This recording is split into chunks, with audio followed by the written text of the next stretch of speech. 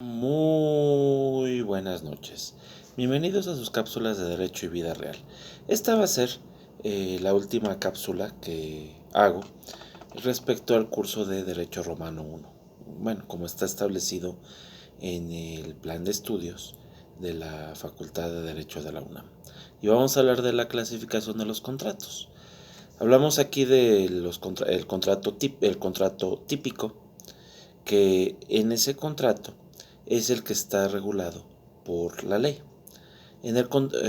Por ejemplo, el contrato de compraventa. El contrato atípico se trata de que la ley propiamente no te regula ese contrato, pero sí te da los lineamientos legales para su regulación. No está encasillado en una parte de la ley. ¿Cómo qué contrato encontramos ahí? Por ejemplo, el contrato para la prestación de servicios de telecomunicaciones. También existe el contrato verbal. El contrato verbal es el que se hace de palabra.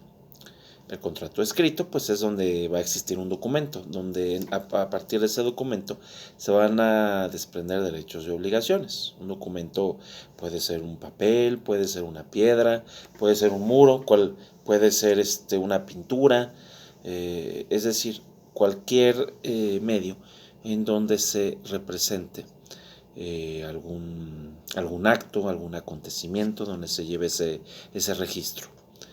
Pero también está el contrato real. El contrato real proviene de res, que significa la cosa, es decir, donde está presente la cosa. No sé, un teléfono, un bien inmueble, etc. Para que se tiene que entregar esa cosa para que se formalice el contrato, como pasa con una compraventa.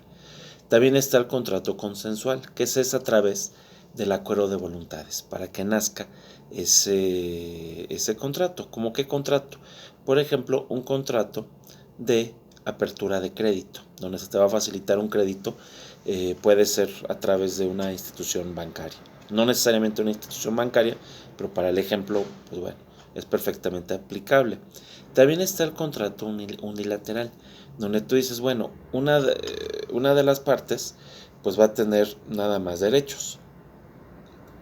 Y pues de manera muy excepcional van a hacer alguna obligación. Por ejemplo, cuando eso pasa con la donación. En los contratos bilaterales o sinalagmáticos con G de gato, ahí hablamos de que va a haber un intercambio de derechos, se va a dar una relación en donde una parte va a poder exigir, que es el acreedor, los derechos, y otra parte va a tener que cumplir, que es el deudor. Es la relación entre acreedor y deudor. También existe el contrato gratuito, y el contrato gratuito es en donde pues uno se va a beneficiar de ese acto jurídico y pues no vas a hacer algo a cambio de ello, o no vas a dar algo, o no te vas a abstener de algo a cambio de ello. Y eso pasa, por ejemplo, en la donación, aunque también puede haber donaciones con modos o cargas, pero bueno, eso ya lo habíamos explicado en la cápsula anterior. Está el contrato oneroso. El contrato oneroso pues se trata de que se pague una determinada cantidad de dinero o de bienes. También hablamos de un contrato principal, es decir, del contrato principal se va a derivar un contrato accesorio. ¿Cómo qué contrato principal encontramos? Les pongo un ejemplo de derecho internacional público. En la guerra del Golfo Pérsico, estamos hablando de finales de 1990, en 1991, Kuwait no tenía un ejército, no tenía propiamente una fuerza aérea.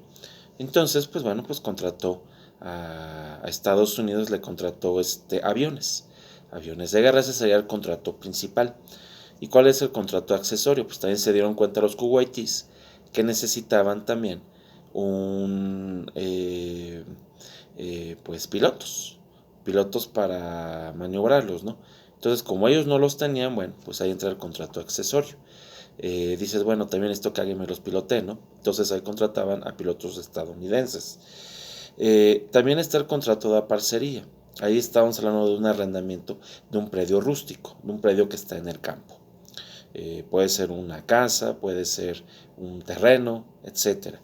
Y también hay un contrato muy especial aquí, que es el contrato de mandato. El contrato de mandato es un contrato en donde el mandante, bueno, pues va a solicitar, va a solicitar al mandatario que realice actos en su nombre o bien en su representación, según los casos en que la ley lo establezca.